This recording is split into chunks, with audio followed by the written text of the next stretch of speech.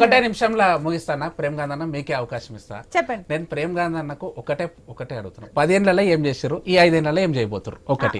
తర్వాత అన్నకు కూడా చెప్తున్నా, ఈయన స్కామ్ల గురించి మాట్లాడితే నేనేమంటున్నా మేడం, నేను నయేష్ అన్నకు కూడా ఒకటే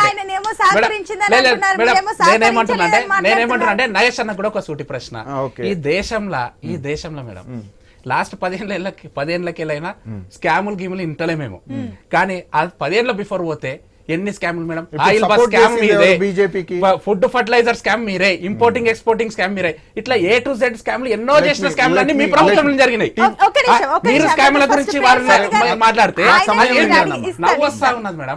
మేడం ఇంకొకటి అన్న, స్టార్టింగ్ లో ఒక పాయింట్ ఏం చెప్పినంటే, మేము ఎన్నో ఆస్పెక్ట్స్ లోపల పబ్లిక్ తో ఇంటరాక్ట్ గానికే మాటలు ఇచ్చి ఎంతో మేనిఫెస్టో క్రియేట్ చేసినాం. బీసీ డిక్లరేషన్ అన్నాడు, యూత్ డిక్లరేషన్ ఇవన్నీ అన్నాడు.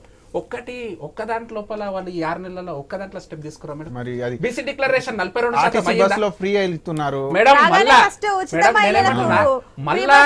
మళ్ళా ట్యాంక్ బండ్ మీద ఉన్న అంబేద్కర్ స్టాచ్యూకు మళ్ళా రిప్రజెంటేషన్ చేస్తున్నారు మేడం. గత 10 సంవత్సరాలు కూడా ఇంత లేకుండే, ఈ 6 నెలల లోపల మళ్ళా వెనకటి రోజులు వచ్చినాయి.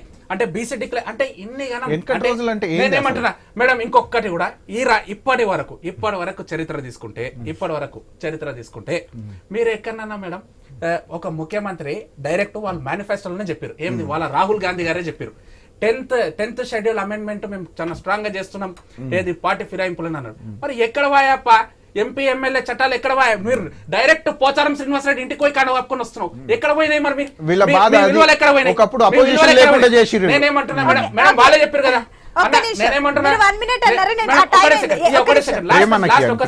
నేను బంద్ చేస్తా. మరి ఎక్కడ పోయింది మేడం? ఆయన ఎవరు పొన్నాల లక్ష్మయ్య గారు మా పార్టీలో జాయిన్ అయితే సావానికి వచ్చిన ముసలోడు ఇప్పుడు పార్టీలు చేంజ్ చేస్తారు అని వాళ్ళ ముఖ్యమంత్రి. మరి ఇప్పుడు మా పోచారం శ్రీనివాస్ రెడ్డిని ఏమంటాడు? మరి ఆయన 100 ఏళ్ళు బతుకుతాడా, ఇంకా 200 ఏళ్ళు బతుకుతాడా? మాట్లాడినప్పుడు మనం ఇచ్చిన మాటలను నిలుపుకునేటట్టు ఉంటే మాట్లాడాలి. ఎవరు నిలుపుకుంటున్నారు లేదో ఒకటి చూద్దాం. ఓకే అండి, ప్రేమ్ చంద్ గారు చెప్పండి. ప్రేమ్ గాంధీ గారు సారీ చెప్పండి. ఇప్పుడు మాట్లాడుతున్నప్పుడు మిత్రుడు ఒక మాట మాట్లాడిండు, ఒక అంశం చెప్పిండు. ఏమని ఏమిచ్చారు తెలంగాణ 9.56 లక్షల కోట్లు ఇలా తెలంగాణ అభివృద్ధికి కేంద్రం ఇచ్చింది. ఆయన చెప్తున్నట్టు కిషన్ రెడ్డి గారి మీద మాట్లాడిండు.